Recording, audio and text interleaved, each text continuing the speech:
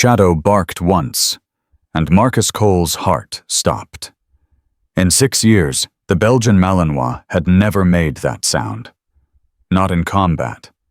Not on 47 rescue missions. Never. The dog dropped to the frozen ground, body pressed flat, eyes locked on the homeless girl huddled in the doorway. Recognition behavior. The signal reserved only for people who mattered. Marcus looked at the girl.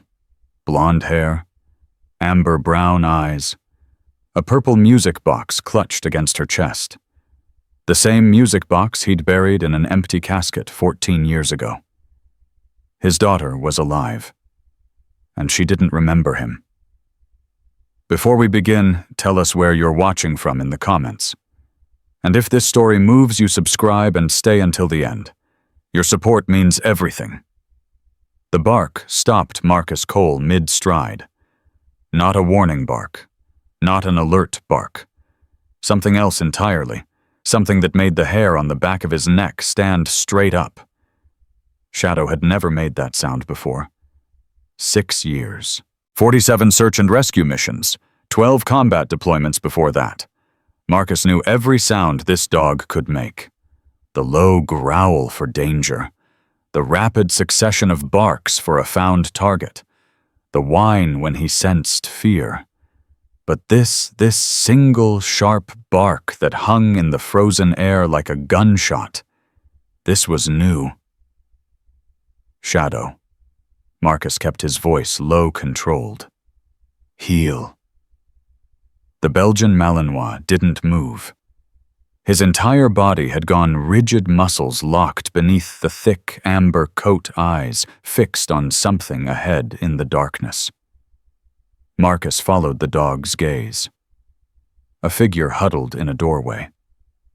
Another homeless person seeking shelter from the bitter Montana wind. He'd passed dozens tonight without stopping. You learned to do that after enough years. You learned that stopping only broke you faster. Shadow. Heel. Now. Nothing. The dog lowered himself to the ground, front legs, extending forward, body pressed flat against the frozen concrete. It was a posture Marcus had seen exactly 3 times in their years together. Once for a lost child trapped in a collapsed building. Once for a wounded soldier bleeding out in a Syrian street. Once for Marcus himself during the dark months after the funeral when he'd stopped eating and Shadow had refused to leave his side. Recognition behavior. That's what the trainers called it. The dog only did this for people who mattered. Marcus's jaw tightened. There's no one here who matters to us. Shadow whined. A soft, insistent sound. The figure in the doorway shifted. A face emerged from the shadows, young female, gaunt, blonde hair spilling from beneath a knit cap. Eyes that caught the distant streetlight and reflected something that made Marcus's chest constrict. Amber brown. Unusual. Distinctive. He'd only known one person with eyes that color. Mr. The girl's voice was hoarse, barely above a whisper. Your dog, okay. Marcus didn't answer. His throat had closed around words he couldn't form. She was maybe 19. Thin, wearing a coat 2 sizes too large and clutching something against her chest, a small object he couldn't identify. Around her neck, a faded purple scarf that had seen too many winters. He won't hurt you, Marcus finally managed. I know. The girl's cracked lips curved slightly. He's not scary. He's sad. Sad. Dogs get sad when they lose someone. She extended a trembling hand toward Shadow. Did you lose someone, boy? The dog's tail swept the ground once, twice. He inched forward on his belly, closing the distance between them with aching slowness. Marcus watched, paralyzed. Shadow reached the girl and rested his massive head on her knee. His eyes closed. His entire body relaxed, in a way Marcus hadn't seen since before the accident.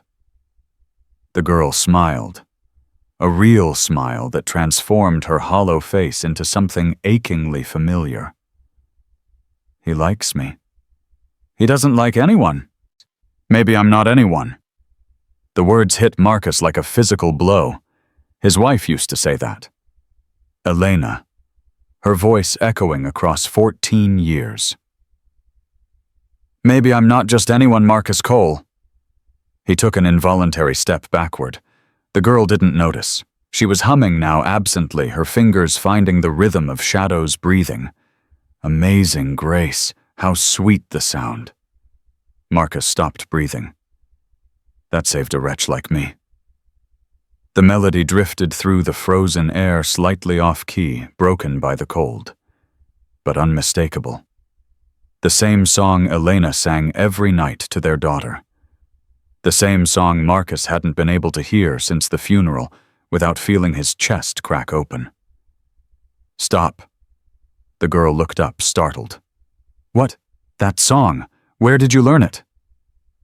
She frowned, confusion clouding her features. I've always known it. I think someone used to sing it to me. Before. Before what? Before I forgot everything else. Marcus's hands were shaking. He clenched them into fists, forcing control into his voice. What's your name? The girl hesitated. Her fingers tightened around the object she was holding. Marcus could see it now. A small music box, purple with silver trim. His heart stopped. He'd bought that music box. He'd wrapped it in pink paper with cartoon butterflies. He'd watched a 5-year-old girl tear it open on Christmas morning and squeal with delight. My name is Grace, the girl said softly. At least that's what I call myself. Why Grace? She shrugged a small movement that seemed to cost her significant effort. It was the only word that felt safe, the only word I could hold on to when everything else fell away. You don't remember your real name. Sometimes I almost catch it. In dreams. I think it starts with H. But when I try to say it, my head hurts. Like I'm reaching for something that isn't there anymore. Shadow lifted his head and licked the girl's cheek. She laughed a surprised, genuine sound that Marcus felt in his bones. He really likes me, she said. He knows you. The words escaped before Marcus could stop them. The girl's eyes widened. What?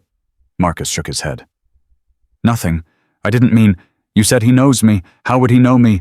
He doesn't. He can't. You're lying. The girl's voice had changed. Sharper now. More alert. You looked at me like you'd seen a ghost. And when I hummed that song, you told me to stop like it was hurting you. She was smart. Too smart for someone who'd been living on the streets. Who are you? She demanded. Marcus couldn't answer. His mind was racing, calculating impossibilities. The accident had been 14 years ago. Elena killed on impact. Their daughter Hannah, 5 years old, buckled into her car seat. Body never recovered from the river. Presumed dead after 6 months of searching. Case closed. File sealed. He had signed the paperwork himself. He had watched them lower an empty casket into the ground. He had buried the part of himself that believed in miracles. But Shadow had never been wrong. Not once. There's a diner 2 blocks from here, Marcus heard himself say. Coffee's hot. Food's decent. I'll buy. The girl's eyes narrowed. Why? Because you're freezing. Because my dog won't let me walk away. And because I need you to answer some questions. Questions about what? About where you came from. She studied him for a long moment. Marcus forced himself to remain still to project calm, even though his heart was hammering against his ribs like it wanted to break free. Fine, she said finally. But your dog comes too. He wasn't going to leave you anyway. The diner was nearly empty.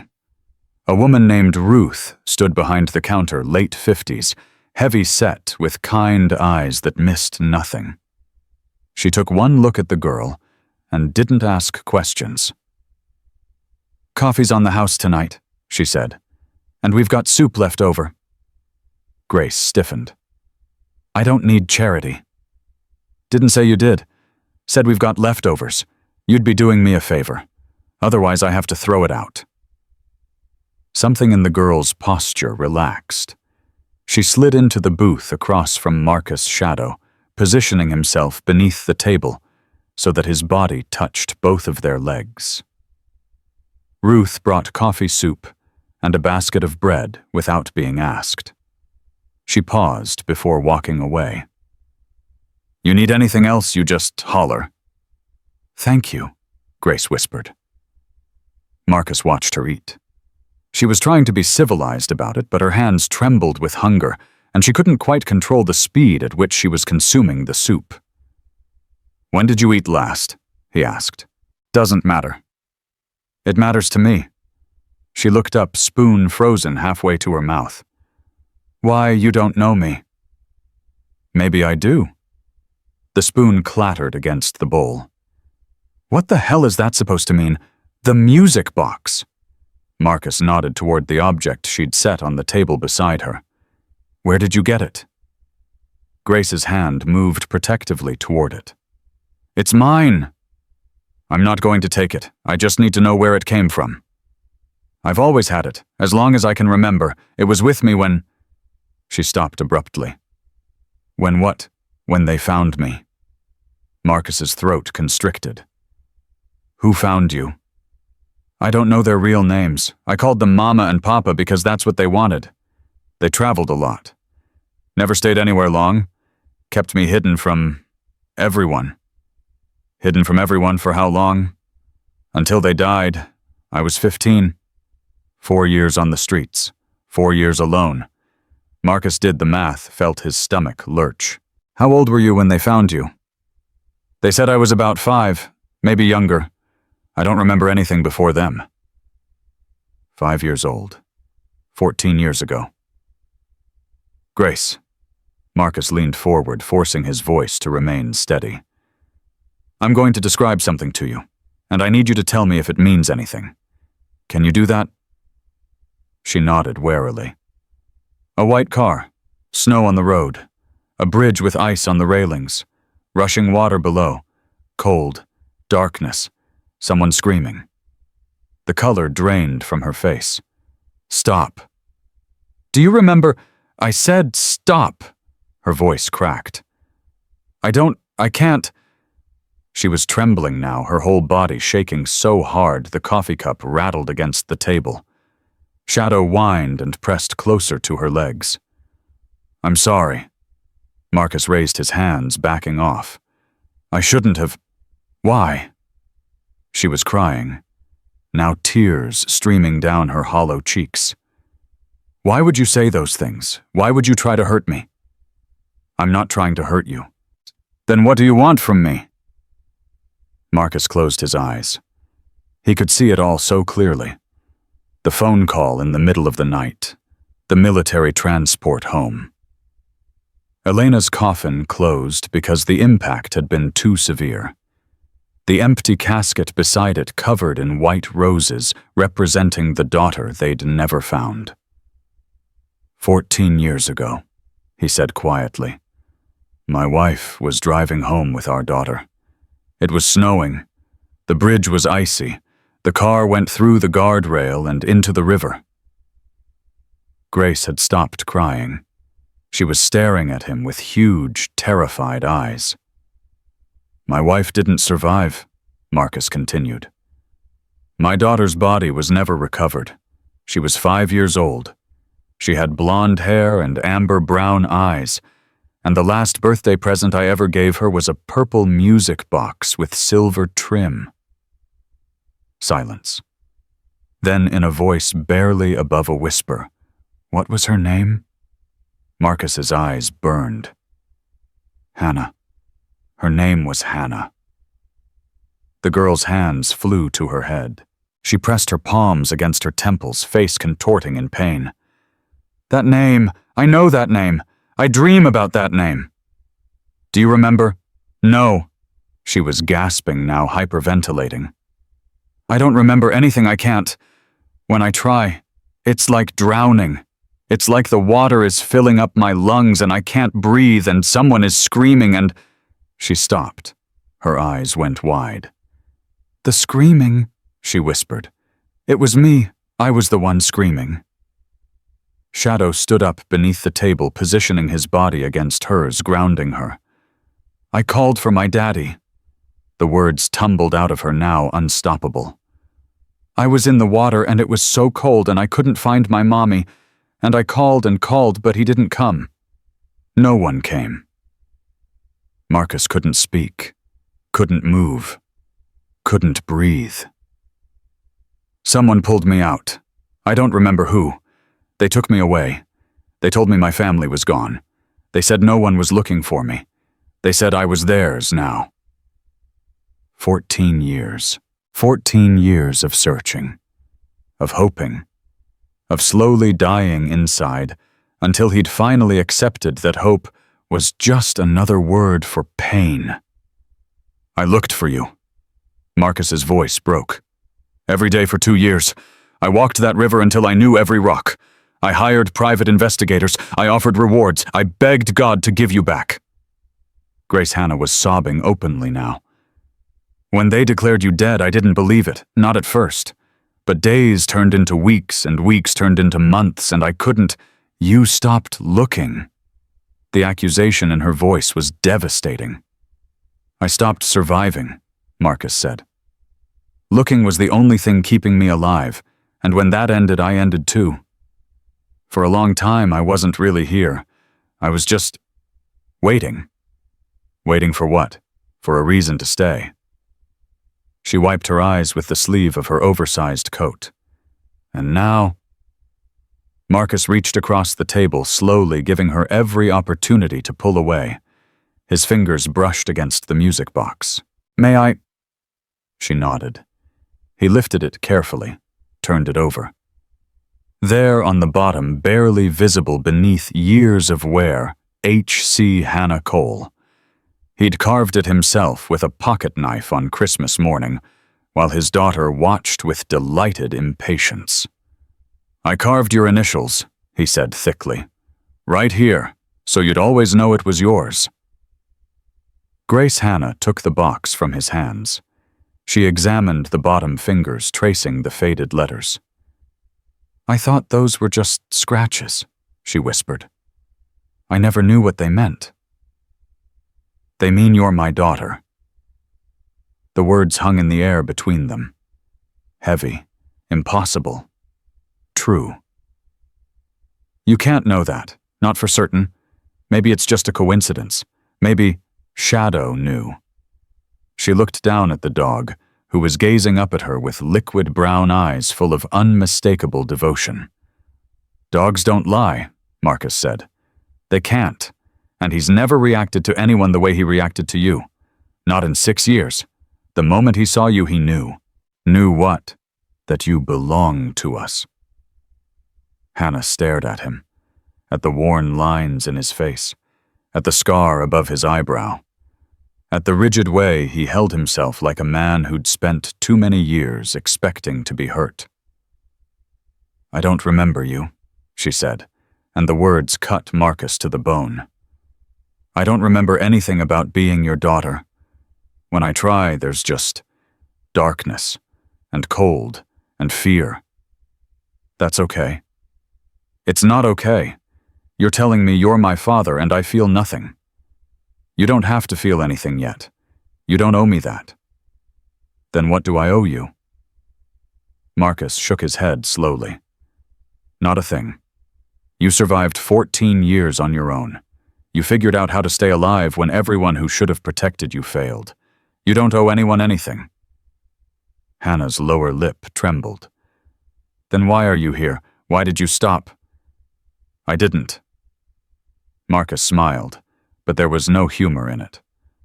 "I walked right past you. like I've walked past 1,000 other people, like I've trained myself to do because stopping hurt too much. Shadow stopped. Shadow forced me to look at you. And when I looked, what? I saw my daughter looking back at me. Ruth appeared beside their table with more coffee. She took one look at their faces and set the cups down without comment. "Kitchen's closing in an hour," she said quietly. "But you're welcome to stay as long as you need." "Thank you," Marcus said. When she was gone, Hannah wrapped her hands around the warm cup like it was the only anchor she had left. "What happens now?" "That's up to you." "I don't know what I'm supposed to do." "You're not supposed to do anything. If you want to walk out of here and never see me again, I'll understand. But if you want to stay, if you want to find out if I'm really who I think I am, then I'll be here. For as long as it takes." Hannah looked at the music box. At Shadow. At the man across from her who was offering her something she'd stopped believing existed. Hope. "I'm scared," she admitted. "So am I. What if you're wrong? What if I'm not her?" Marcus reached across the table again. This time his hand closed gently over hers. "Then you're still someone worth knowing. Someone worth helping. Someone my dog chose to love in the span of a single heartbeat. And that's enough for me." The tears came again, but they were different now. Softer. Less afraid. "I've been alone so long," Hannah whispered. "I know. Me too. I don't know how to be someone's daughter. I don't know how to be someone's father anymore. Maybe we can figure it out together." Shadow rested his head on Hannah's knee and sighed contentedly. Outside, the wind howled through the empty streets of Billings. Inside, something that had been broken for 14 years began slowly to heal. Hannah looked at Marcus. Really looked at him. "That song I was humming, the one about Grace. Who taught it to me? Your mother. She sang it to you every night before bed. Was she kind? She was the kindest person I ever knew. Did she love me?" Marcus's eyes filled with tears he didn't try to hide. "More than anything in the world." Hannah nodded slowly. Then she did something that shattered every wall Marcus had built around his heart in 14 years. She stood up, walked around the table, and wrapped her arms around him. Her embrace was awkward, unpracticed, like a child learning a foreign language. But it was real. It was hers. "I don't remember you," she said into his shoulder. "But I want to." Marcus held his daughter for the first time since she was 5 years old. The sobs tore through him, uncontrollable, overwhelming. 14 years. 14 years of silence. 14 years of an empty house and an empty grave and an empty space in his chest where his heart used to be. And now she was here, alive, holding him. Shadow pressed against them both, completing the circle. Outside, the snow began to fall. Inside, Marcus Cole realized that the bark that had stopped him in his tracks was more than just a dog's instinct. It was answered prayer. Marcus drove through the darkness with Hannah asleep in the back seat, Shadow pressed against her side like he'd been doing it for years. The girl hadn't let go of the music box, even in sleep. Her fingers curled around it the same way she'd held it as a child, protective and desperate. He glanced in the rearview mirror every few minutes, making sure she was real, making sure he hadn't imagined all of it. Ruth had arranged a bed at a women's shelter on the east side of town. Clean, safe, staffed by people who knew not to ask too many questions. Marcus had wanted to bring Hannah home with him, but Dr. Elena Vance, the trauma specialist Ruth had called, had been firm. She needs space to process. Overwhelming her with belonging will only push her away. So Marcus had agreed to the shelter, had watched Hannah walk through those doors with Shadow at her side because the dog had refused to leave her, had stood on the frozen sidewalk until the lights in her window went out. Then he'd driven to Denver. The county records building looked exactly the way bureaucracy felt. Gray, indifferent, exhausted. Marcus had been here once before, 14 years ago, to sign the papers that declared his daughter legally dead. He remembered nothing about that day, except the weight of the pen in his hand and the way his signature had trembled across the line. Now, he was back, looking for proof that he'd been wrong. The archivist was a woman named Margaret Chen, early 60s, with reading glasses perpetually perched on her nose, and a manner that suggested she'd seen every kind of grief the system could produce. "Cold cases are in the basement," she said, leading him through corridors that smelled of old paper and older secrets. "Not many people ask for them anymore. I'm looking for a specific file.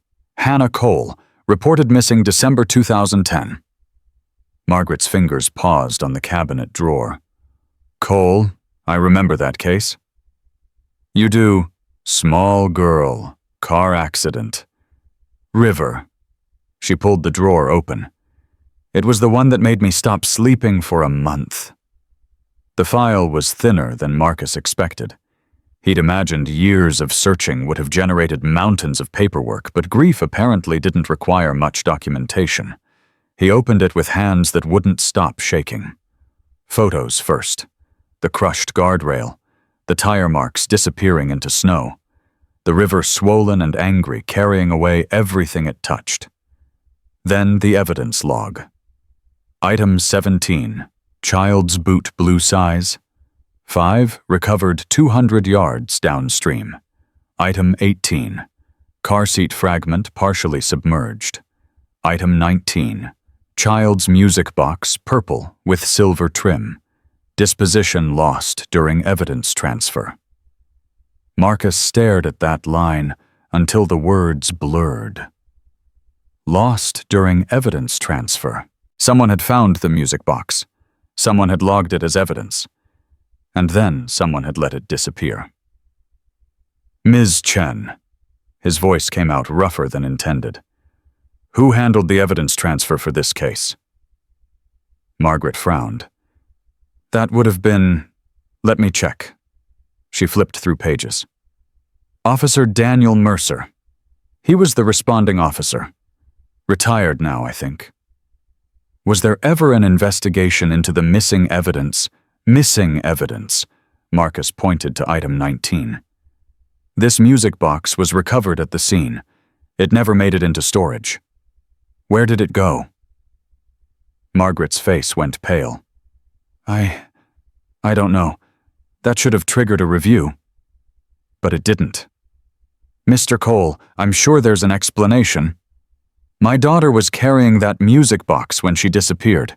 14 years later, she's still carrying it. Someone found it at the scene and didn't turn it in. Someone knew she survived and said nothing. The implications hung in the air between them. Margaret sat down heavily. Are you saying... I'm saying someone took evidence from a crime scene. Evidence that could have proven my daughter was alive. And I'm going to find out who. He photographed every page of the file, then drove back to Billings with the sun rising behind him and a fury building in his chest that he hadn't felt since the war. Someone had known. For 14 years, someone had known his daughter was alive. And they had kept silent. Hannah was sitting in the shelter's courtyard when Marcus arrived, Shadow's leash wrapped around her wrist. She looked better than she had the night before. Still thin, still pale, but there was color in her cheeks and alertness in her eyes. You left, she said. I had to check something. I'm sorry I didn't tell you. The lady at the front desk said you'd be back. I didn't believe her. The words cut deep. Of course she hadn't believed it. Everyone in her life had left. Why would he be different? I'm back now, Marcus said. And I'm not leaving again. Hannah studied him for a long moment. Then she stood up and walked toward him, shadow padding alongside. Where did you go? Denver, the county records office. Looking for what? Proof. He pulled out his phone, showed her the photograph of the evidence log. The police recovered your music box at the accident scene. It was logged as evidence, but it never made it into storage. Hannah's brow furrowed. I don't understand. Someone took it. Someone found it at the river and kept it instead of turning it in. Why would they do that? Because you were holding it. Marcus watched her face carefully. Hannah, do you remember how you got away from the river? Do you remember who pulled you out? Her expression shifted. Fear crept into her eyes. I told you. The people who raised me. They found me. Where? How? I don't. She pressed her hands against her temples. I don't remember. I was cold. I was crying. And then someone was carrying me, telling me to be quiet, telling me I was safe now. A man, a woman, a man. His voice was deep. He smelled like cigarettes and something else, something metallic. Marcus's blood ran cold. Did he hurt you? No. He was gentle. He wrapped me in a blanket. He gave me hot chocolate. He told me my family was gone and no one was looking for me. He lied. I know that now. Hannah's voice cracked. But I was 5. I believed everything he told me. Do you remember his name, what he looked like? She shook her head, frustration evident. It's all fragments, pieces that don't connect. When I try to put them together, my head hurts, I know. Marcus reached out, placed a hand on her shoulder. We don't have to do this now. Yes, we do. Her jaw tightened. Someone stole 14 years of my life. Someone kept me from my father. I want to know who. The determination in her eyes was so familiar it made Marcus's chest ache. Elena had that same look when she'd made up her mind about something. Then we find out together, he said.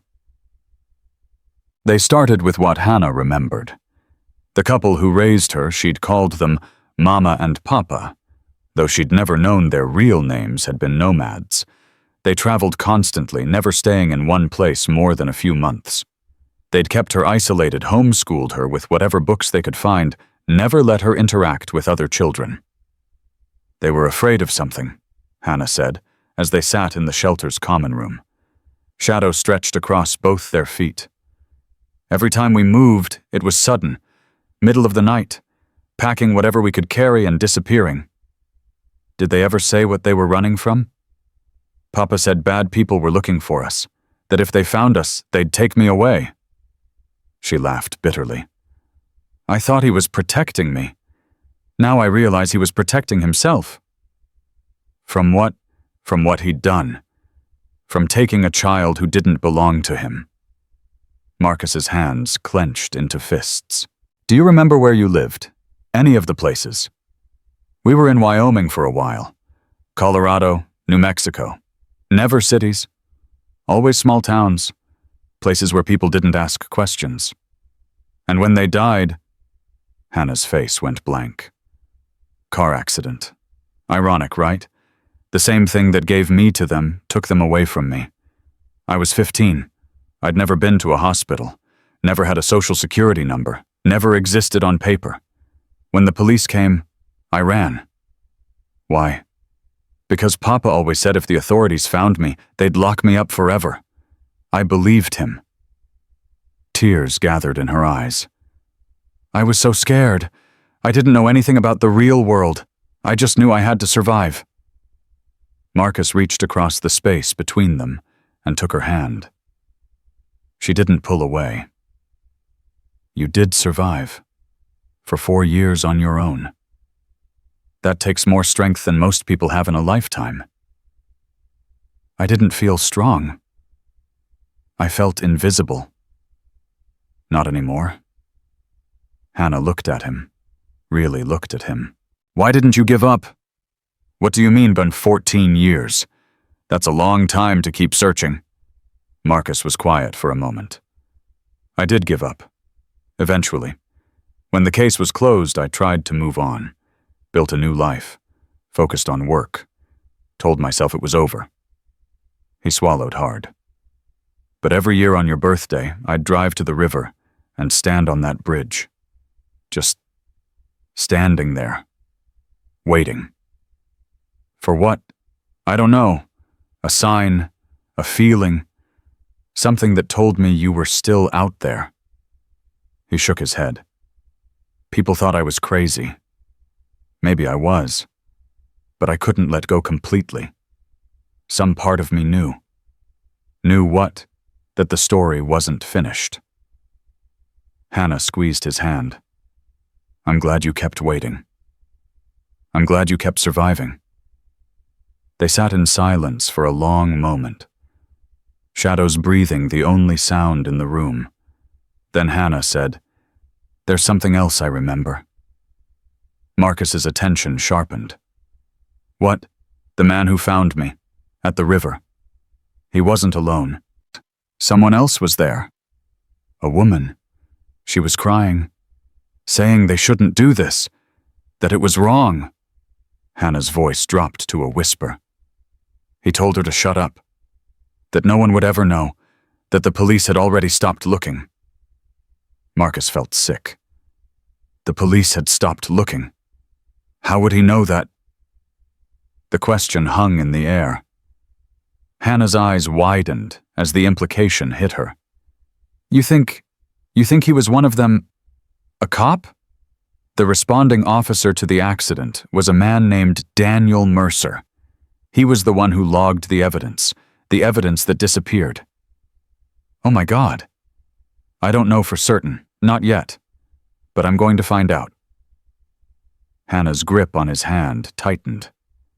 What if he comes looking for me? What if he finds out I'm alive and tries to? He won't touch you.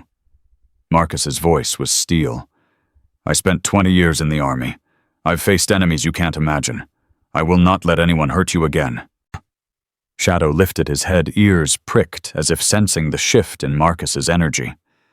Hannah looked at the dog, then back at Marcus. He really knew, didn't he? The moment he saw me. He knew before I did. How is that possible? Marcus thought about it.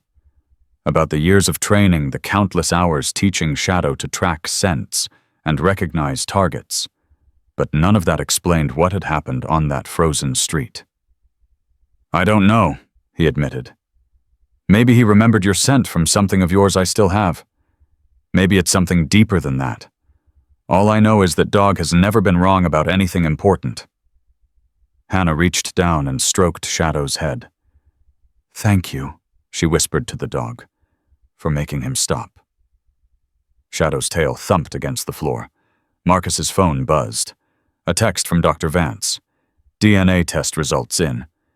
Can you come to the clinic tomorrow morning? His heart lurched. He'd been so focused on the evidence trail that he'd almost forgotten about the test. The scientific proof that would confirm what his heart already knew. What is it? Hannah asked. The DNA results are ready. Fear flickered across her face. Already? Expedited processing. Dr. Vance pulled some strings. Hannah was quiet for a long moment. What if it's not a match? What if we're wrong about everything? We're not wrong. But what if... Hannah.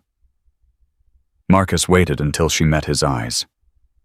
I knew you were my daughter the moment Shadow stopped.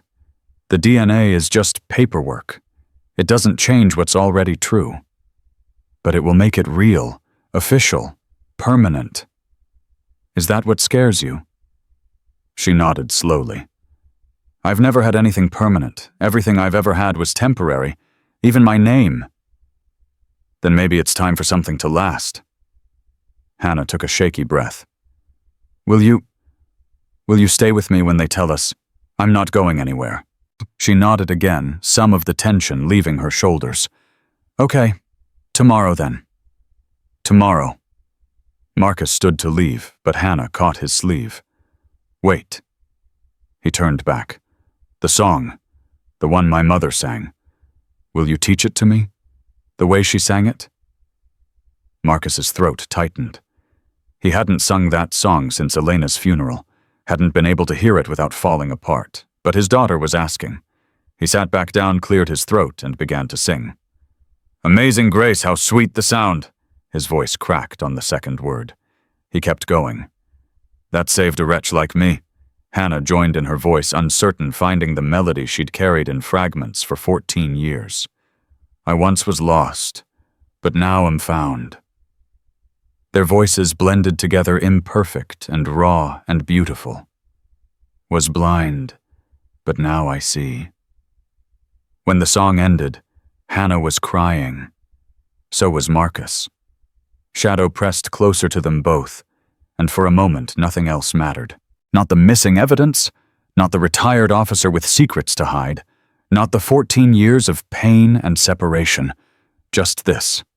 Just now. Just family. That night, Marcus couldn't sleep.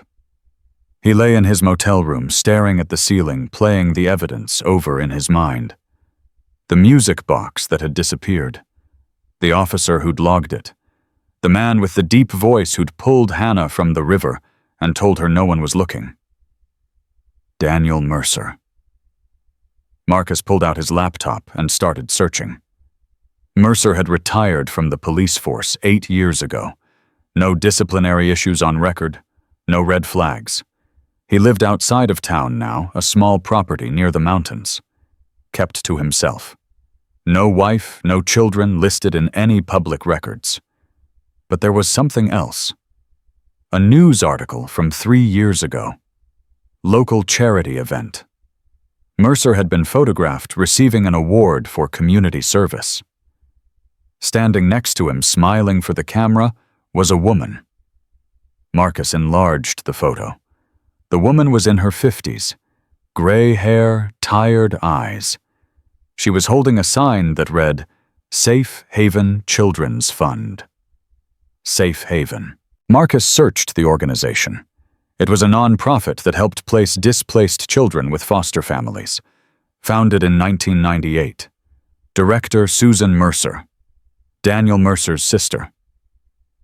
Marcus's blood went cold. A cop who responded to a car accident. A sister who ran a child placement organization. A music box that disappeared. A girl who vanished from the river and spent 14 years being raised by nomads who kept her hidden from the world. It wasn't a rescue. It was a trafficking network. And Daniel Mercer was at the center of it. Marcus grabbed his phone and called the one person he trusted with this information. His former commander, now working with a federal task force on missing children. The phone rang twice before a familiar voice answered. Marcus, it's 3 a.m. I found her, Tom. I found my daughter. Silence. Then, what? Hannah, she's alive. She's been alive this whole time, and I think I know who took her. He told Tom everything. The music box, the evidence log, Mercer, the sister, the charity. When he finished, Tom was quiet for a long moment. You realize what you're alleging. I know exactly what I'm alleging.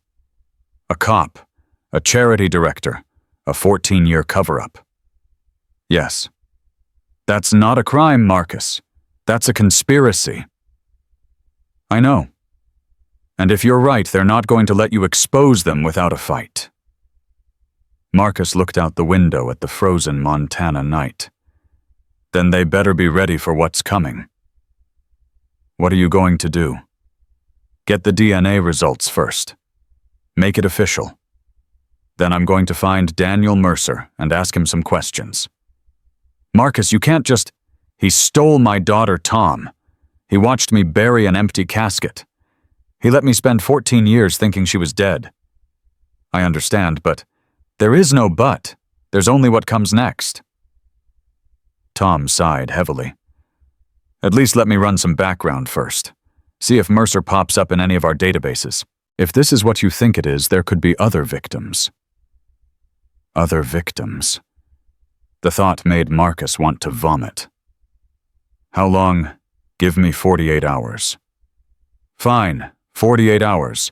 But after that, I'm moving forward with or without federal backup. Just be careful. These people have gotten away with this for a long time. They know how to protect themselves. They've never faced me. Marcus hung up and sat in the darkness, mind racing. Somewhere in this city, Daniel Mercer was sleeping peacefully, believing his secrets were safe. He was wrong. Marcus had spent 20 years hunting enemies across deserts and mountains and urban war zones. He'd learned patience. He'd learned strategy. He'd learned that the most dangerous weapon wasn't a gun or a bomb, it was the truth. And tomorrow, the truth would begin its slow, devastating work. He just had to keep his daughter safe long enough to finish what someone else had started 14 years ago. Outside, the wind howled through the empty streets. Inside, Marcus Cole started making a list. Names, dates, connections. The hunt had begun. The clinic waiting room felt smaller than it was. Marcus sat with his hands clasped between his knees, knuckles white, eyes fixed on the door that led to Dr. Vance's office. Hannah was beside him. Shadow pressed against her legs, her fingers buried in his fur, like she was anchoring herself to something solid. Neither of them had slept. Neither of them had eaten. The night had stretched into morning, and now morning had become this moment, the one that would change everything, or shatter what little hope remained.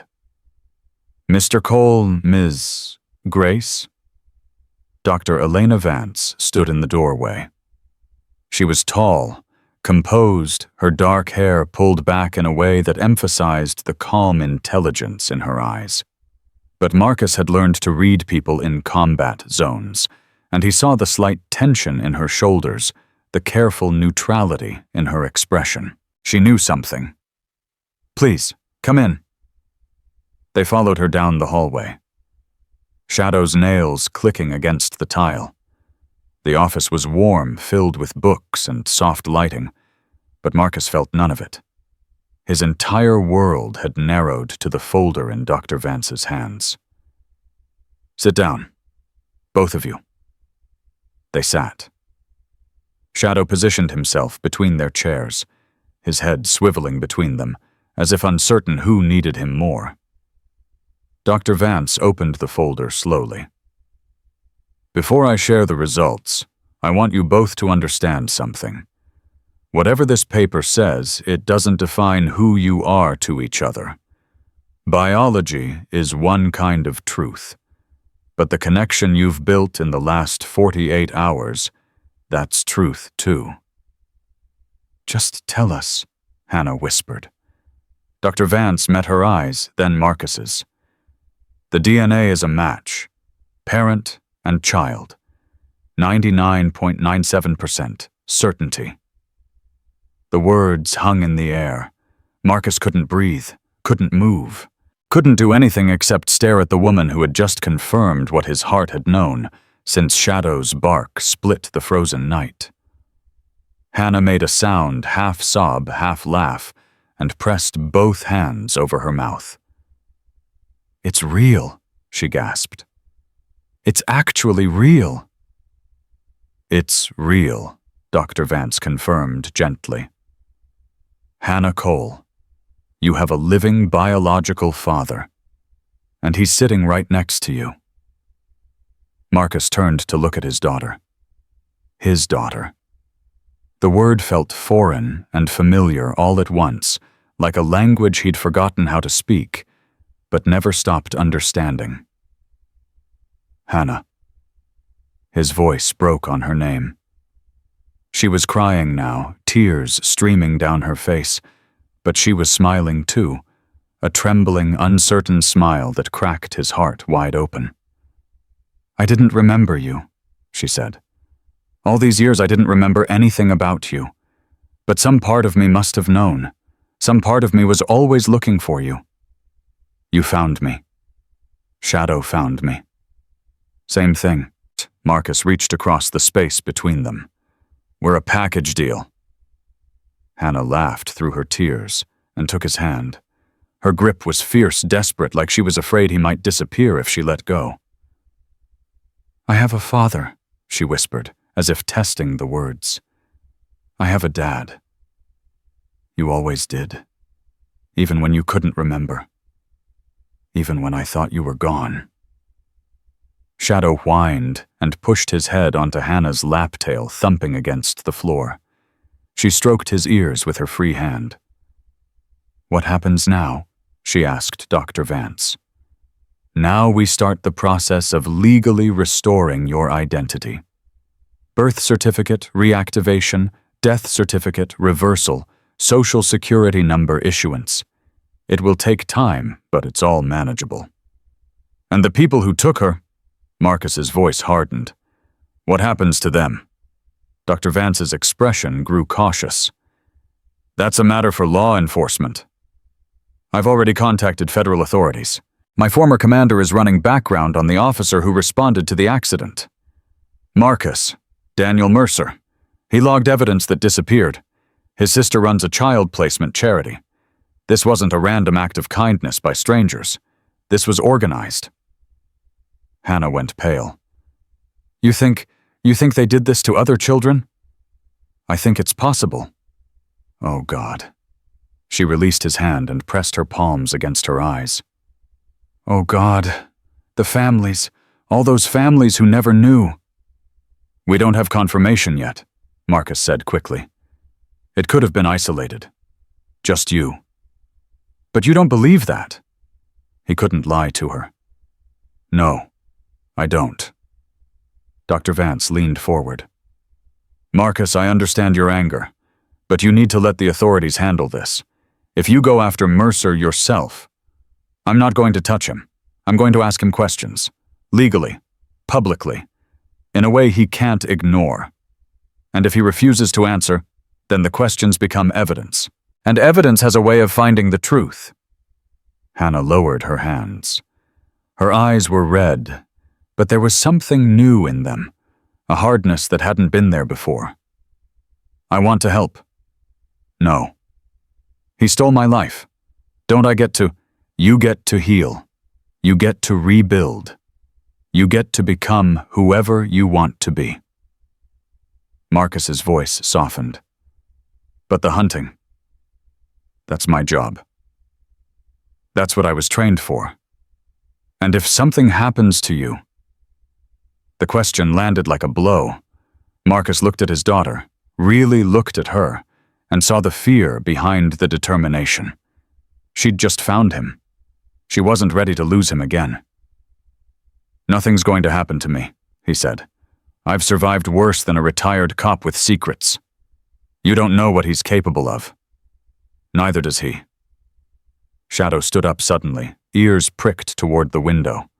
A low growl rumbled in his throat. Marcus was on his feet instantly. What is it? The dog moved toward the door. Body tense, hackles rising. Someone's coming, Marcus said. Stay here. Marcus. But he was already moving, years of training taking over as he positioned himself between his daughter and whatever threat Shadow had detected. The clinic door opened. A man stepped inside. Late 60s, gray hair, heavy build, running to fat. He wore a windbreaker and jeans, and his eyes swept the room with the practiced assessment of someone who'd spent decades evaluating situations. Marcus knew that look. He'd seen it in soldiers, in police officers, in hunters. Daniel Mercer smiled. Mr. Cole, I heard you've been asking questions about me. Marcus didn't move. How did you find us? Small town. People talk. Mercer's eyes shifted to Hannah, and something flickered in them. Recognition, fear, calculation. And you must be the girl from the shelter. Grace, is it? Her name is Hannah. Marcus's voice was ice. Right, Hannah Cole. The dead girl who isn't dead anymore. Mercer's smile widened. That must be quite a story. Get out. Now. No need for hostility. I just came to introduce myself. Clear up any misunderstandings. There's no misunderstanding. You responded to the accident 14 years ago. You logged evidence that disappeared. My daughter was taken from that river and raised by strangers who kept her hidden from the world. Mercer's expression didn't change, but something shifted behind his eyes. That's quite an accusation. It's not an accusation. It's a fact. The only question is whether you were the one who handed her over, or just the one who covered it up. I don't know what you think you know. I know your sister runs a child placement charity.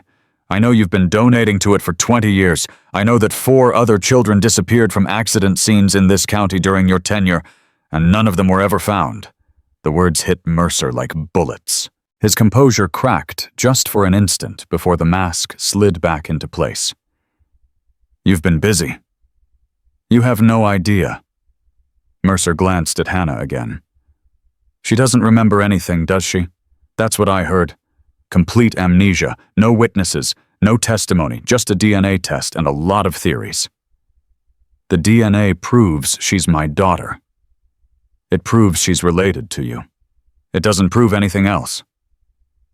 Mercer stepped closer, lowering his voice. Listen to me carefully, Mr. Cole. You're a veteran. You served your country. I respect that. But you're out of your depth here. Walk away. Take your daughter and build a new life somewhere far from here. Forget about the past. Or the past might become very present. Shadow's growl intensified. The dog's body was coiled, ready to spring. Is that a threat? Marcus asked quietly. It's advice, from one professional to another. Here's some advice for you. Marcus stepped forward until he was inches from Mercer's face. I spent 20 years hunting enemies in places you can't imagine. I've tracked men through deserts, mountains, and jungles. I've found targets that disappeared into countries with no extradition treaties, and I've never not once failed to finish what I started. Mercer's jaw tightened. You took my daughter from me. You let me bury an empty casket. You watched me grieve for 14 years while she was out there alone and forgotten. Marcus's voice dropped to a whisper. There is no place you can run. There is no one who can protect you. And when the truth comes out, and it will come out, I will be there to watch them put you in a cage for the rest of your miserable life. Silence. Then Mercer smiled again, but there was no warmth in it now. Only cold calculation. We'll see, Mr. Cole. We'll see. He turned and walked out without another word. Marcus didn't move until the door closed behind him. Then he exhaled slowly, unclenching fists he hadn't realized he'd made. He's scared, Hannah said from behind him. Marcus turned. She was standing now, shadow pressed against her hip, her face pale, but resolute. He should be, Marcus replied. He didn't deny it. Any of it. No, he didn't. What do we do now? Marcus pulled out his phone. We make sure he can't hurt anyone else. He dialed Tom's number. His former commander answered on the first ring. Marcus, tell me you didn't do anything stupid. He came to us. Mercer. He showed up at the clinic and threatened us. Told me to walk away or the past might become very present. His exact words. That's not enough for an arrest. I know, but it's enough for surveillance. Can you get someone on him? Watch his movements. Already in progress, and Marcus, you were right. About what? The charity, Safe Haven. We ran their placement records against missing children reports from the last 3 decades. Marcus's blood went cold. How many? Tom was silent for a long moment. 17 children, 17 confirmed matches, children who disappeared from accident scenes, disaster zones, hospital transfers, children who were never found, and children who reappeared years later in Safe Haven's system under different names. Marcus closed his eyes. 17 families, 17 empty graves, 17 lives stolen. "We're building a case," Tom continued. "But we need testimony. We need someone who can put Mercer at the scene of the crime. You need Hannah." "Yes." Marcus looked at his daughter. She was watching him with those amber-brown eyes, Elena's eyes, and he saw the strength there. The same strength that had kept her alive for 14 years. "She's been through enough." "I know, but she's also the only witness we have. The others, they were too young. They don't remember anything." "She doesn't remember much either. She remembers a man's voice, cigarettes, metal, a woman crying. That's more than anyone else has given us." Hannah stepped forward. "Let me do it."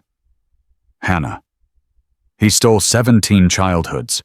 17 families never got to hold their children again. If I can help stop him, if I can help bring them closure, then I have to try. It will be hard. Reliving those memories. Going through the trauma again. I've been living with that trauma for 14 years. At least now it might mean something."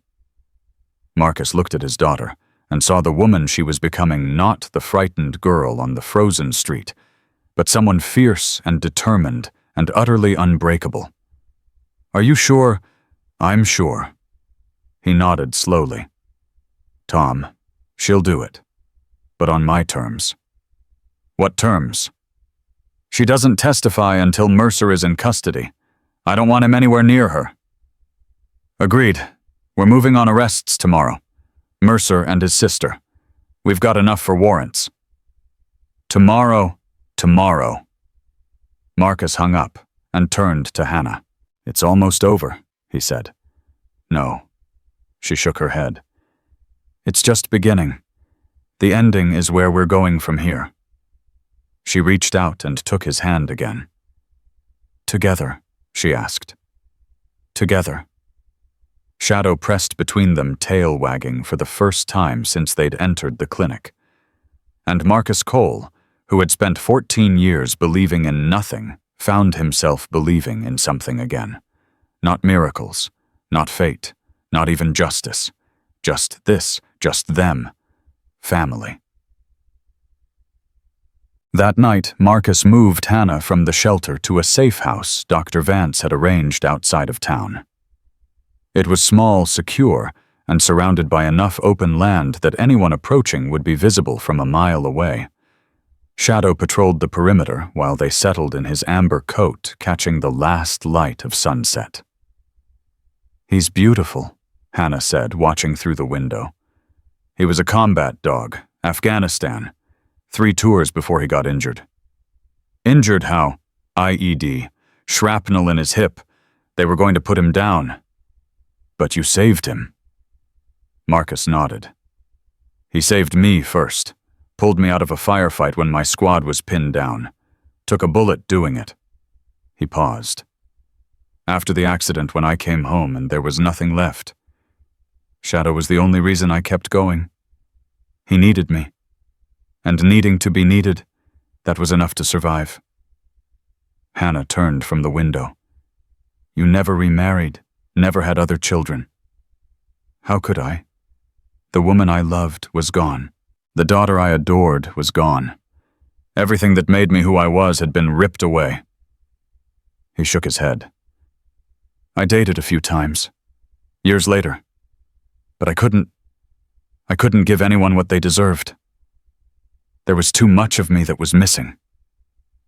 And now," Marcus looked at her, this stranger, who carried his DNA and his dead wife's eyes, and a lifetime of pain he couldn't erase. "Now I have something to fight for again."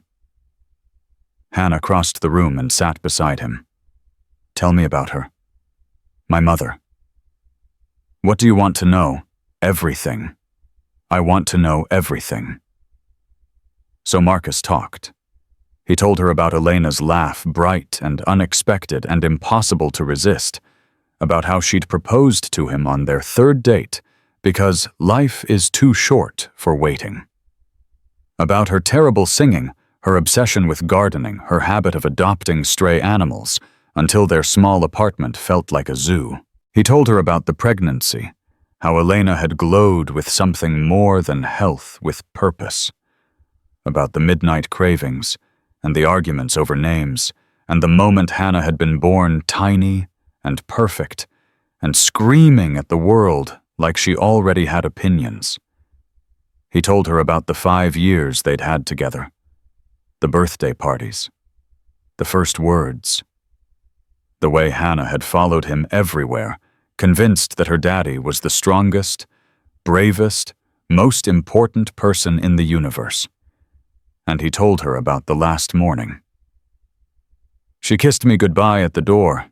You were in her arms, still half asleep, wearing pajamas with little stars on them. She said she'd be back before dinner, that she was just running to the store." His voice cracked. "That was the last time I saw either of you."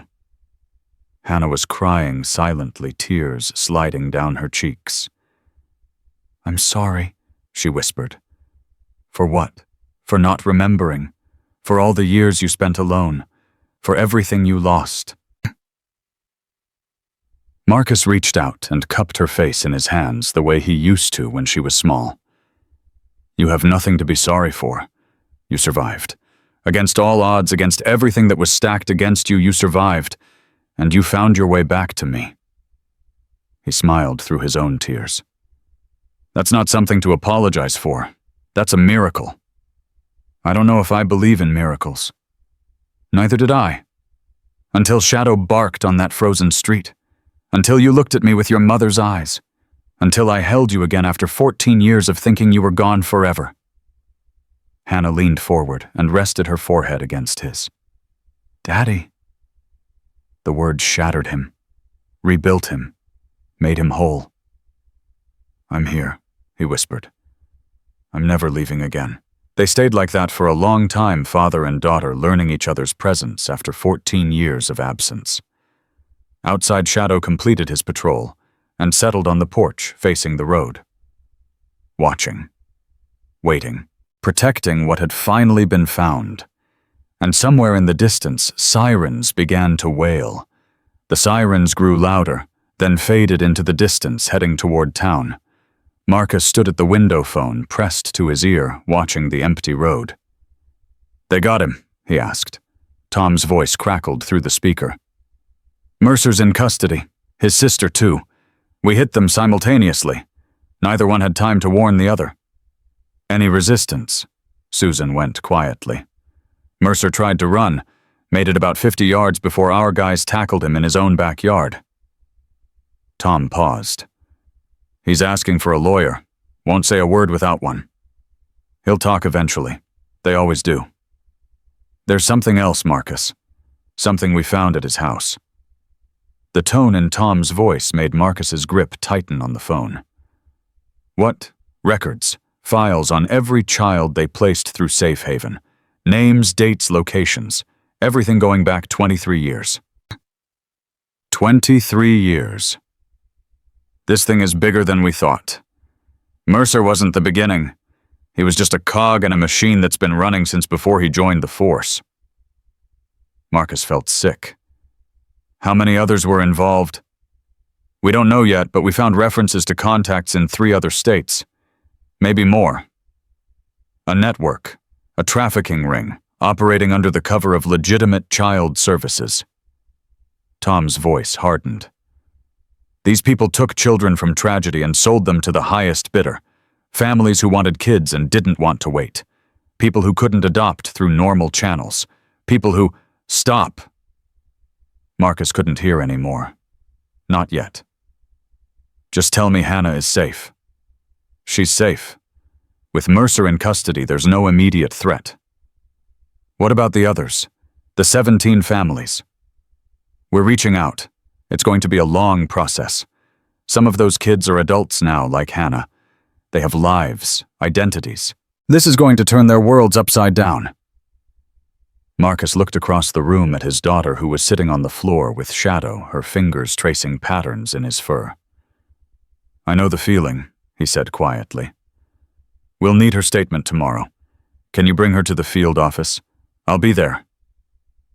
He hung up and crossed to where Hannah sat. She looked up at him, reading his expression. They caught him, both of them, Mercer and his sister. Good. The word was flat, empty of satisfaction.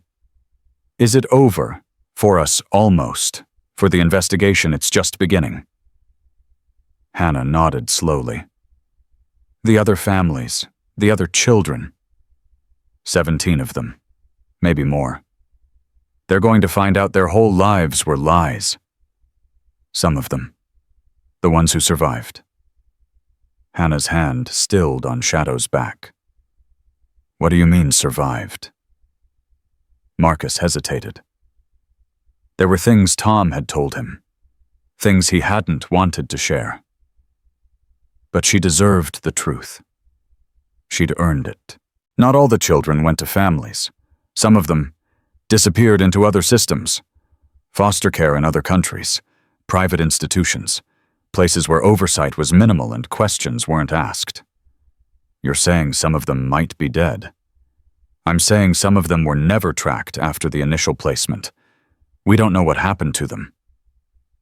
Hannah closed her eyes. "I was lucky." "You were loved. The people who raised you, whoever they were, they kept you safe.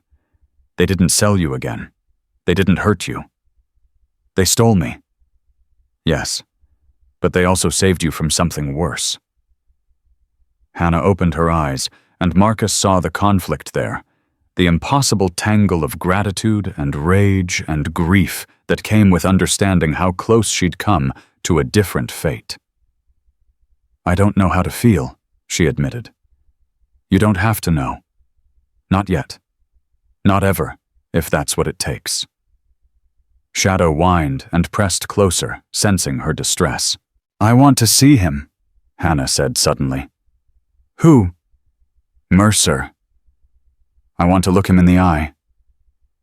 "Hannah, he took everything from me. My name, my family, my childhood. He watched you bury an empty grave and he said nothing.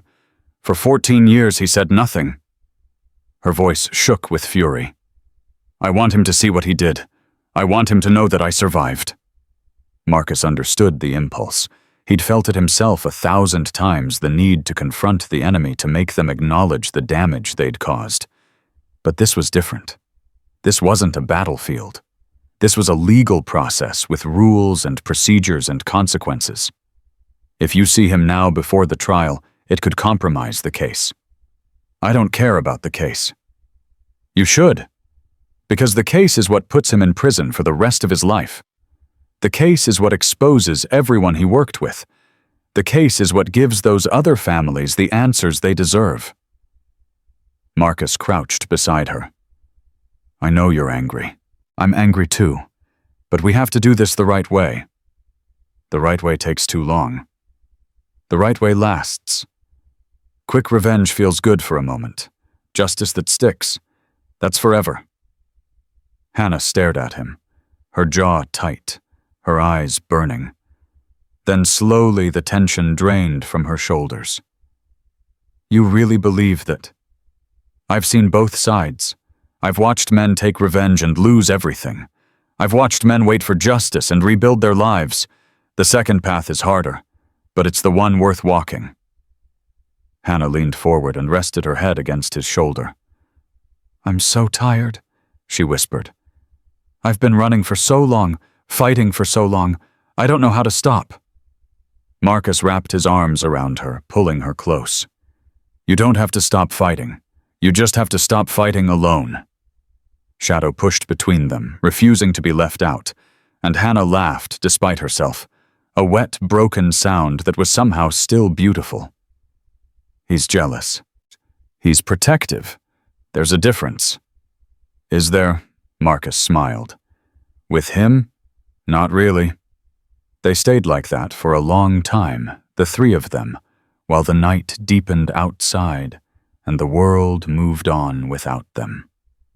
Tomorrow would bring questions and statements and the slow, grinding wheels of justice.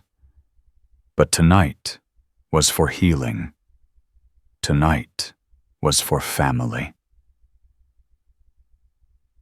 The federal field office was cold and impersonal, all fluorescent lights and gray walls and the smell of stale coffee. Marcus walked beside Hannah through corridors that echoed with footsteps and hushed conversations. Tom met them at the interview room door. "You ready for this?" Hannah nodded. "Let's get it over with." Tom led them inside, where a woman waited, mid-40s, sharp eyes, FBI credentials hanging from a lanyard around her neck. "I'm Special Agent Patricia Moreno. I'll be conducting the interview." She gestured to the chairs. "Please, sit down." Hannah sat. Marcus moved to stand behind her, but Moreno shook her head. "I'm sorry, Mr. Cole. You can't be present during the formal interview." "She's my daughter. And her testimony is critical evidence. Any perception of coaching or influence could compromise the entire case." Marcus's jaw tightened. He looked at Hannah. "I'll be right outside, if you need me." "I'll be fine." She reached out and squeezed his hand. "I can do this." He didn't want to leave her. Every instinct screamed against it. But she was right. She could do this. She'd survived 14 years without him. She could survive an hour. "I'll be right outside," he repeated. "I know." Marcus stepped into the hallway, and the door closed behind him. Through the small window, he watched Hannah straighten in her chair, squaring her shoulders like a soldier preparing for battle. Pride swelled in his chest, and fear, and something that felt almost like hope. Tom appeared beside him. "She's strong. Stronger than she knows. The interview could take a while. There's a lot to cover. I'm not going anywhere." Tom nodded and handed him a cup of coffee. "Then you might need this." Marcus took it without drinking. His stomach was too knotted for coffee. Inside the room, Agent Moreno had begun her questions. Marcus couldn't hear the words, but he could see Hannah's face, the way it shifted between pain and determination, the way her hands gripped the edge of the table when memories surfaced. An hour passed. Then 2. Halfway through the 3rd hour, the door to the field office burst open. Marcus turned to see a man in a suit striding toward them, face flushed with anger. "Where is she? Where's the witness?" Tom stepped forward. "Mr. Harwell, you shouldn't be here. I'm Daniel Mercer's attorney. I have every right to be here. Your client is in custody. The witness is giving a statement. There's no legal basis for you to interrupt." "There's no legal basis for holding my client without formal charges. The evidence you claim to have is overwhelming." Tom's voice hardened. 23 years of records, 17 confirmed cases, physical evidence linking your client to the disappearance of a child who's now sitting in that interview room. Harwell's eyes flicked to the window to Hannah's profile. "That woman can't prove anything. She has no memory of the alleged events. She has fragments that match the physical evidence, and she has DNA confirming her identity. DNA proves biology, not crime. The records your client kept prove crime.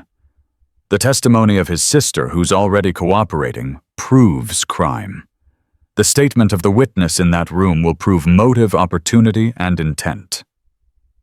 Harwell's confidence wavered. "Susan is cooperating. She started talking the moment we put her in cuffs. Apparently, she's been waiting 20 years to unburden herself." Tom smiled grimly. Guilt is a powerful motivator. The attorney's face went pale. "I need to speak with my client." Be my guest. He's in interrogation room 3. Harwell turned and strode away without another word. Marcus watched him go. Will Susan's testimony be enough? Combined with everything else, yes. Mercer's going away for a very long time. And the others? The network. We're working on it. Susan gave us names, locations. We've already made 4 additional arrests in Wyoming and Colorado. More are coming. How many children? Tom hesitated. The current count is 31 confirmed cases across 5 states. 31. Some of them are still missing. Some have been located and identified. Some...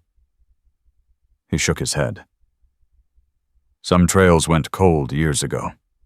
We may never know what happened to them. Marcus felt the weight of it pressing down on him. 31 children, 31 families, 31 lives shattered by greed and cruelty and the calculated exploitation of tragedy.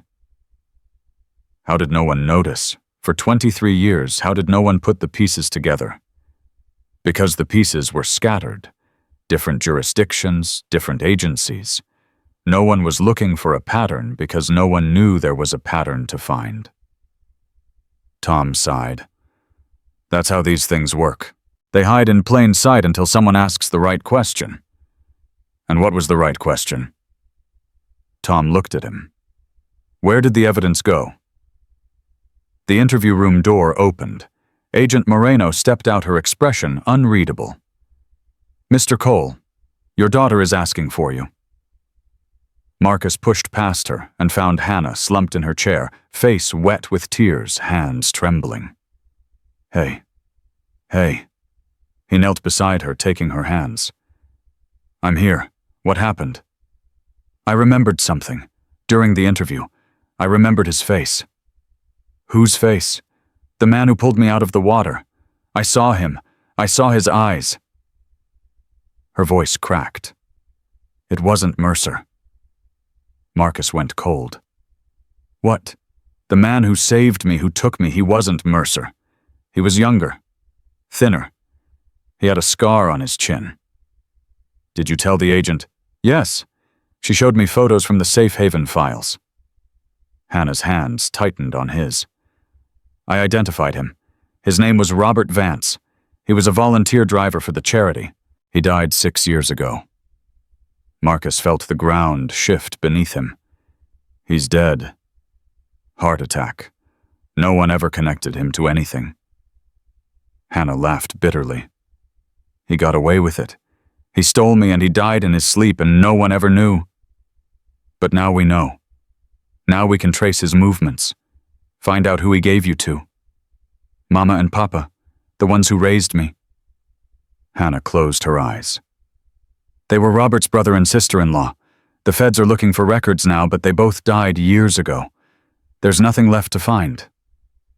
There's always something left to find. Is there... Hannah opened her eyes. I wanted answers.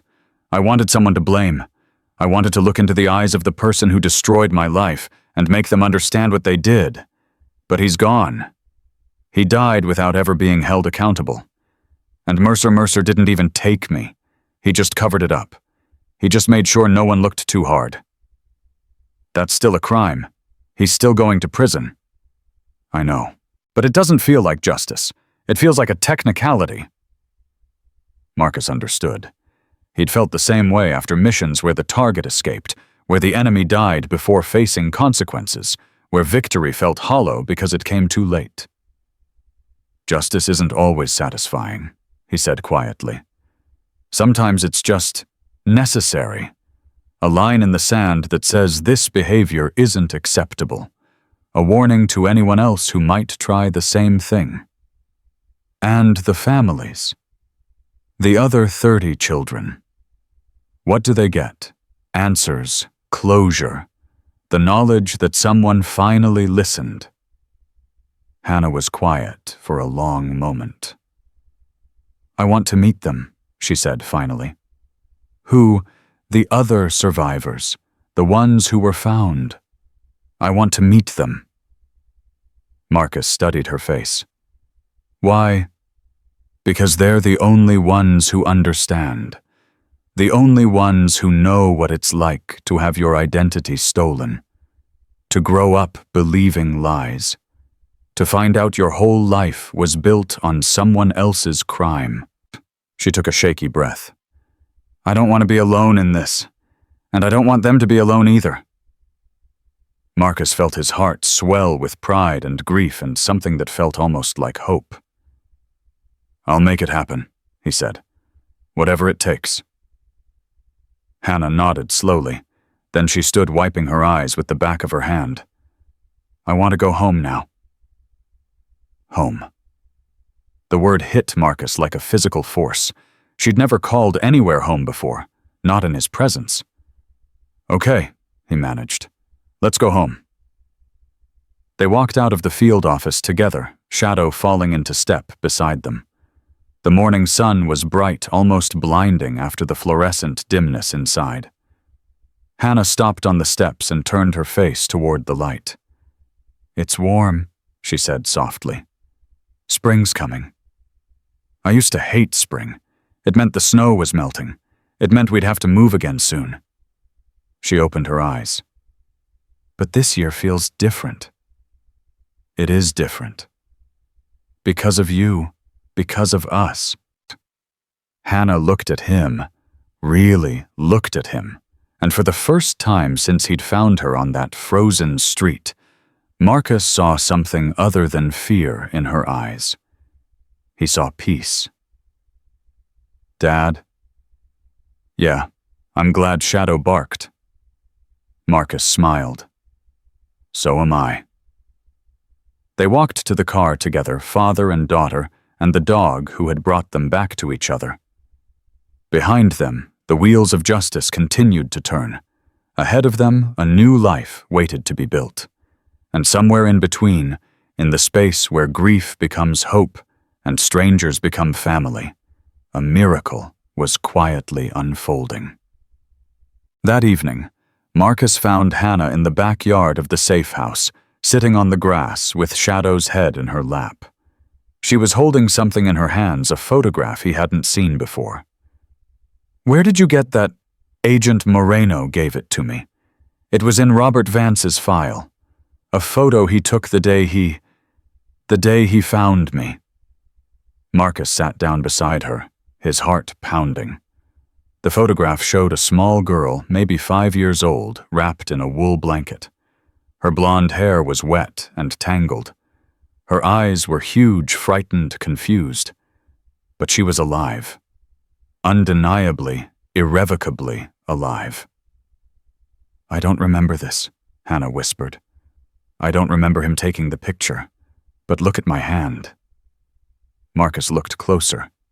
The little girl in the photo was clutching something purple and silver. The music box. He let me keep it, Hannah said. Why would he let me keep it? I don't know. It's the one thing that connected me to you, the one piece of evidence that could have proven who I was, and he let me keep it. She shook her head slowly. Was it guilt? Some twisted form of mercy? Does it matter? Hannah considered the question. No, I suppose it doesn't. The result is the same. I had something to hold on to, something that reminded me even when I couldn't remember that I came from somewhere, that I belonged to someone. She looked at the music box sitting in the grass beside her. All those years I thought it was just a trinket, a random object that somehow stayed with me through everything. I never knew it was the most important thing I owned. Marcus reached out and picked up the box. The purple paint was faded. The silver trim was tarnished. The mechanism inside was probably broken after decades of wear. But when he opened the lid, the melody still played. Amazing grace, how sweet the sound. Hannah's breath caught. It still works. Some things are built to last. She took the box from his hands and held it close to her chest, the way she'd held it on that frozen street, the way she'd held it in the photograph, the way she'd been holding it for 19 years without knowing why. "Thank you," she whispered. "For what? For giving it to me. For carving my initials on the bottom. For making sure that even when I forgot everything else, I had something to remember." Marcus's eyes burned. "I wish I could have given you more. I wish I could have been there. I wish—" "Stop." Hannah reached out and touched his face. "You're here now. That's what matters." Shadow lifted his head and licked both of their hands, as if sealing a promise. The sun was setting, painting the sky in shades of orange and pink. And in the fading light, Marcus Cole realized that the daughter he'd thought he'd lost had never really been gone. She'd just been waiting. Waiting for him to find her. Waiting for Shadow to bark. Waiting for a miracle that had been 14 years in the making. 3 months passed like water finding its way downstream, sometimes rushing, sometimes still, but always moving forward. Marcus stood in the doorway of their new apartment in Missoula, watching Hannah arrange books on a shelf she'd insisted on assembling herself. Shadow lay nearby, his graying muzzle resting on his paws, eyes following her every movement. "You're staring," Hannah said without turning around. "I'm supervising. That shelf is perfectly level." "I wasn't looking at the shelf." She turned, then a small smile playing at the corners of her mouth. It was an expression Marcus had come to treasure over these past weeks, evidence of healing, of trust, of something that felt almost like happiness. "The books go in alphabetical order," she said. "That's one way to do it." "What's the other way? By color. That's what your mother used to do. Drove me crazy." Hannah laughed a real laugh, full and unguarded. "That sounds like something I'd do." "You already have her eyes. You don't need her organizational chaos, too." She crossed the room and stood before him, close enough that he could see the gold flecks in those amber-brown eyes. "Tell me something else about her. Something you haven't told me before." Marcus thought for a moment. She talked in her sleep. Full conversations. Sometimes she'd argue with people who weren't there. I'd wake up at 3 in the morning and she'd be negotiating with an invisible landlord about the heating bill. Hannah's smile widened. "Did she win?" "She always won. Even unconscious, your mother could out-argue anyone." "I wish I'd known her." "You did. For 5 years you did. And even if you don't remember, she's still part of you. Every time you laugh, every time you stand your ground, every time you refuse to give up, that's her." Hannah's eyes glistened. "Do you think she'd be proud of me?" "I know she would. She'd be furious about what happened. She'd want to resurrect everyone responsible just to kill them again. But proud, absolutely. You survived. You fought. You came home. This is home now, isn't it?" Marcus looked around the small apartment, the mismatched furniture, the books on the tilted shelf, the leash hanging by the door, the 2 coffee cups drying in the rack. "Yeah," he said. "This is home." Shadow lifted his head and whined softly as if adding his agreement. Hannah knelt beside the dog and scratched behind his ears. "You're part of the home too, old man. You started all of this." "He's not that old." "He's 7. That's 49 in dog years. Still in his prime." "You're biased." "Absolutely." The doorbell rang a sound that still made Hannah flinch, though she was getting better at hiding it. "That'll be Maya," she said, straightening. "Your study partner, my friend." Hannah emphasized the word deliberately. "I'm allowed to have those now." "I never said you weren't. You did that thing with your eyebrows." "What thing?" "The protective father thing, where you look like you're assessing a threat." "I wasn't." "You were." She pointed at the door. "Be nice. She's helping me prepare for the GED exam." Marcus raised his hands in surrender. "I'll be the model of hospitality." Hannah opened the door to reveal a young woman about her age, dark hair, bright eyes, an easy smile that suggested a life without the weight Hannah carried. "Hey, ready to conquer algebra." Hannah groaned. As ready as I'll ever be. Maya noticed Marcus and gave a small wave. Hi, Mr. Cole. Marcus is fine. Marcus? Cool. She turned back to Hannah. I brought flashcards and coffee and emotional support in the form of chocolate. You're a saint. I'm a realist. No one survives quadratic equations without chocolate. They retreated to Hannah's room, and Marcus listened to their voices drifting through the thin walls. Laughter, complaints about math, the easy rhythm of friendship. This was what she'd missed, what had been stolen from her. The simple, ordinary miracle of growing up surrounded by people who cared. His phone buzzed. Tom's name flashed on the screen. News. The trial date is set. 6 weeks from now. Mercer's lawyer tried to push for a delay, but the judge wasn't having it. Will Hannah have to testify? The prosecution wants her there, but Susan's testimony might be enough. She's been comprehensive. Meaning she's giving up everyone. Names, dates, transactions. The whole network is collapsing. Marcus exhaled slowly. How many arrests now? 14, across 6 states. And we've identified 43 children who were trafficked through the system. 28 of them are still alive. And the others? Silence. Then, we're still investigating. Marcus closed his eyes. 15 children who might never come home. 15 families who might never have answers. Marcus, yeah. There's something else.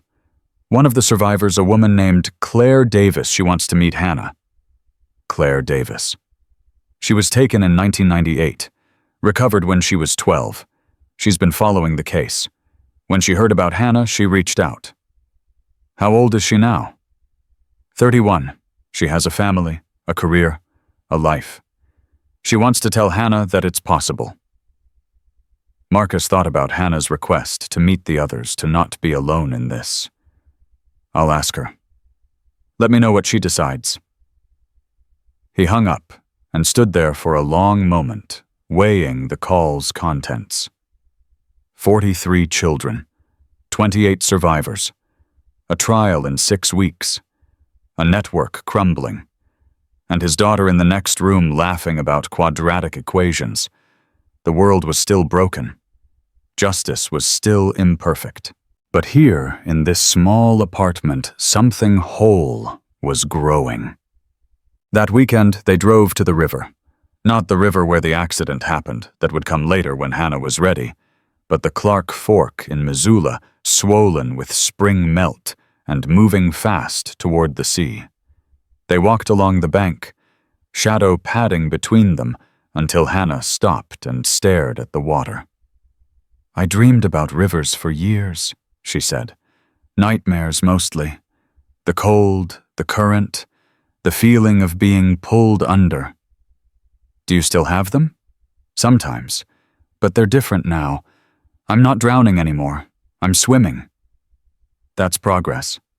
Is it? She picked up a stone and turned it over in her hands.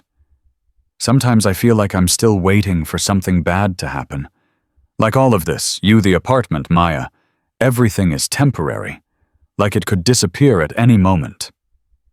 That feeling might never go away completely. Trauma rewires your brain, but it gets quieter over time. The good moments get louder. Is that what happened to you after the war? Marcus nodded slowly. It took years. Shadow helped. Work helped. But the real change came when I stopped trying to outrun it and started learning to live with it. Hannah threw the stone into the river. It disappeared without a splash. Claire Davis wants to meet me. I know. Tom told me. What do you think? I think it's your decision. She turned to look at him. That's not what I asked. Marcus considered his words carefully. I think there's value in connecting with people who understand what you've been through. But I also think it could bring up things you're not ready to face. Dr. Vance said the same thing. She thinks I should wait until after the trial. And what do you think? Hannah was quiet for a long moment. I think I've spent 19 years waiting. For safety. For answers. For someone to tell me who I was supposed to be. She shook her head. I'm tired of waiting. Then meet her. You'd be okay with that. I'd be okay with whatever helps you heal. Shadow nudged Hannah's hand, and she smiled, bending to stroke his head. He always knows when I need him. He knew before I did. On that street. In the cold. He knew you needed us. No. Hannah straightened and met his eyes. He knew you needed me. The words hit Marcus like a wave. What? You told me you'd given up. That you were just going through the motions, waiting without really believing.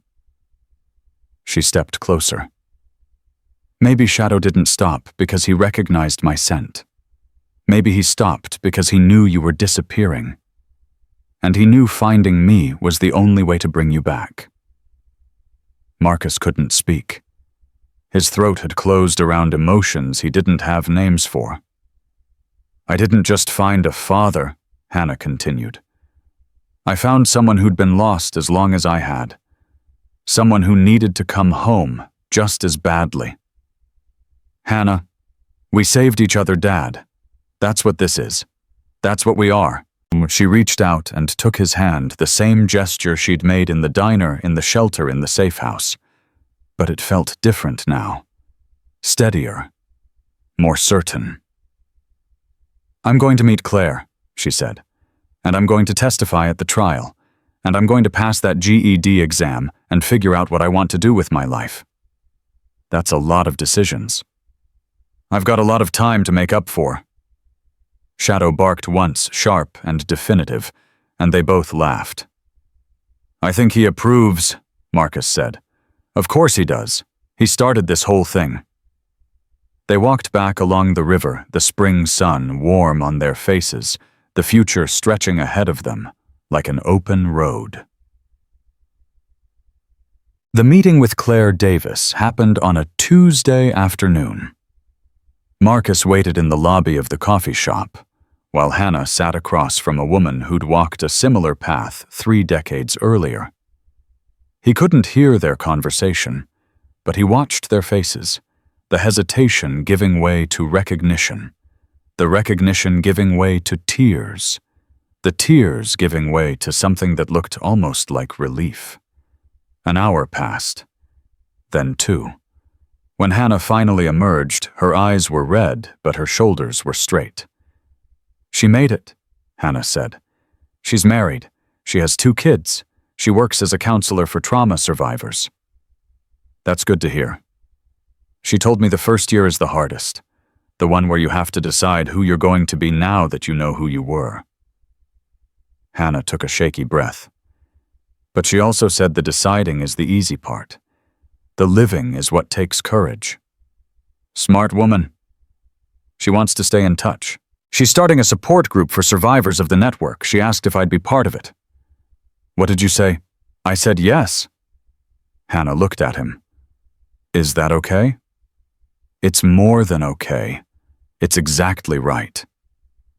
They walked to the car in comfortable silence. Shadow was waiting in the back seat, tail wagging with the enthusiasm of a dog who'd spent 2 hours alone and was deeply offended by the abandonment. He's dramatic, Hannah said, climbing in beside him. He's entitled to his feelings. You spoil him. Absolutely.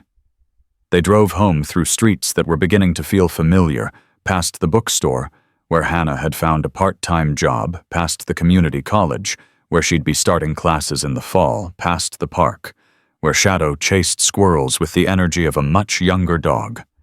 Ordinary streets, ordinary life, extraordinary miracle. The trial lasted 3 weeks. Marcus sat in the gallery every day watching, as witness after witness detailed the horrors of the Safe Haven network. Susan Mercer's testimony was devastating. A complete accounting of 23 years of crimes delivered in a flat, emotionless voice that somehow made it worse. Daniel Mercer sat at the defense table, his face increasingly gray as the evidence mounted. When Hannah took the stand, Marcus gripped the edge of his seat so hard his knuckles went white. But she was steady, clear, unshakable. She described the fragments of memory, the cold, the fear, the man's voice telling her no one was coming. She identified Robert Vance from the photographs. She explained how she'd survived 14 years with an identity that wasn't hers. And when the defense attorney tried to shake her testimony, tried to suggest her memories were unreliable, she looked him straight in the eye. I may not remember everything, but I remember enough. I remember being stolen. I remember being told my family was dead. And I remember the music box my father gave me, the one I carried for 19 years without knowing why. She held up the box Exhibit A in a case that was bigger than one crime. This is my proof. This is my truth. And no amount of legal maneuvering can make it disappear. The courtroom was silent. The defense attorney sat down, and Marcus Cole wept openly for the first time in 14 years. The verdict came on a Friday. Guilty. On all counts. Daniel Mercer would spend the rest of his life in federal prison. Outside the courthouse, reporters swarmed. Cameras flashed. Questions were shouted from every direction. Hannah stood beside Marcus' shadow, pressed against her legs, and faced them all. I don't have a statement, she said calmly. Except this: I was stolen. I was lost. And I was found. There are other children out there who are still waiting. Don't stop looking for them. Don't ever stop looking. She turned and walked away, and Marcus followed, and the cameras captured what words couldn't: a father and daughter side by side, walking into the light.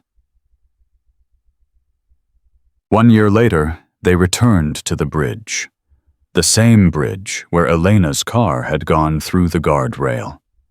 The same bridge where 5-year-old Hannah had been pulled from the icy water. The same bridge that had haunted Marcus's dreams for 15 years. But now, it was June. The river was calm, almost gentle. The sun was warm on their faces. Hannah carried a bouquet of white roses, Elena's favorite. Are you sure about this? Marcus asked. I'm sure. They walked to the center of the bridge and stopped. Below them, the water moved slowly, carrying its burden toward the sea. Hannah knelt and placed the roses on the concrete barrier. Hi, Mom, she whispered. I'm sorry it took so long. I got a little lost along the way. She was quiet for a moment, and Marcus didn't interrupt. Dad found me. Well, Shadow found me. Same thing, really. She laughed softly. I wish I remembered you. I wish I could hear your voice, see your face, know what it felt like to be held by you. But Dad tells me stories. He says I have your eyes, your laugh, your stubbornness.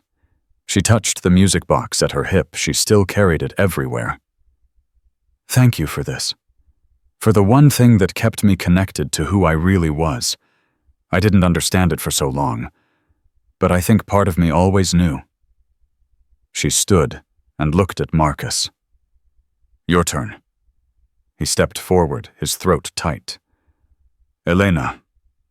The name still hurt to say. I failed you. I wasn't there that night. I couldn't save you. I couldn't find our daughter. For 15 years I carried that guilt like a stone in my chest. He took a shaky breath. But she's here now. She's alive. She's strong and brave and beautiful, and she looks so much like you it breaks my heart. His voice cracked. You'd be proud of her. You'd be proud of the woman she's becoming. He reached for Hannah's hand. I'm going to take care of her. The way I should have all along. The way you would have wanted. I promise. Hannah squeezed his fingers. We're going to take care of each other, she said. Shadow barked once, that same sharp, definitive bark that had changed everything. They stood there together, father and daughter, and the dog who had brought them home, as the river flowed beneath them and the roses floated downstream. Elena was gone. The years were gone. The pain would never fully disappear.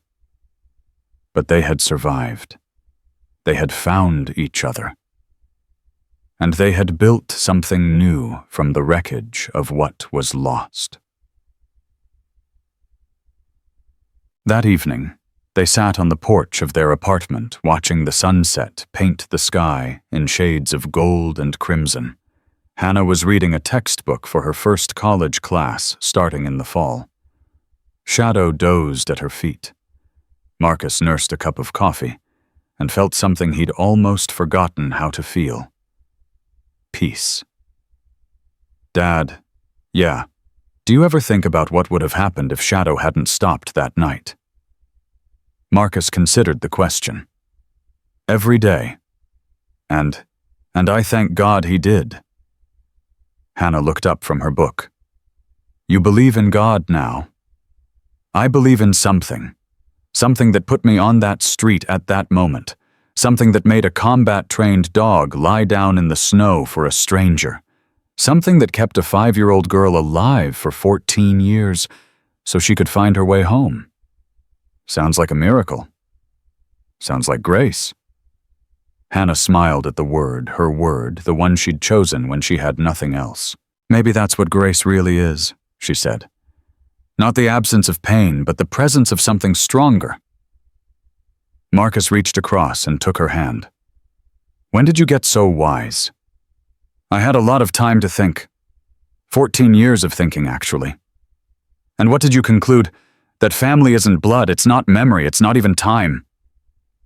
She looked at Shadow, then at Marcus. It's the choice to stay. The choice to fight.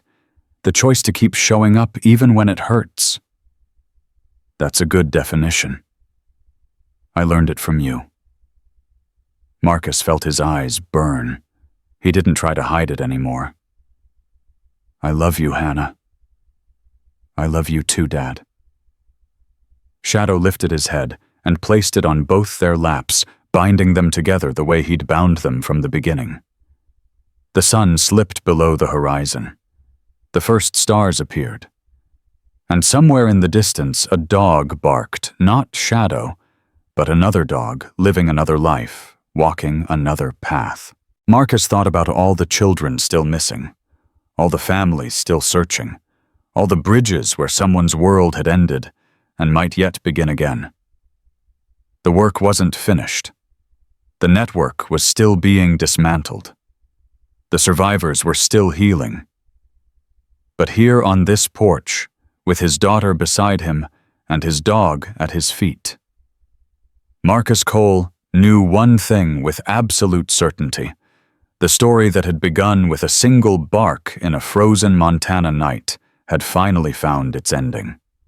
Not with thunder or revelation, not with vengeance or victory, but with something simpler, something truer, with family, with home, with grace. And that was enough. That was everything. Sometimes miracles don't arrive as thunder or light from the sky. Sometimes they come as a pause.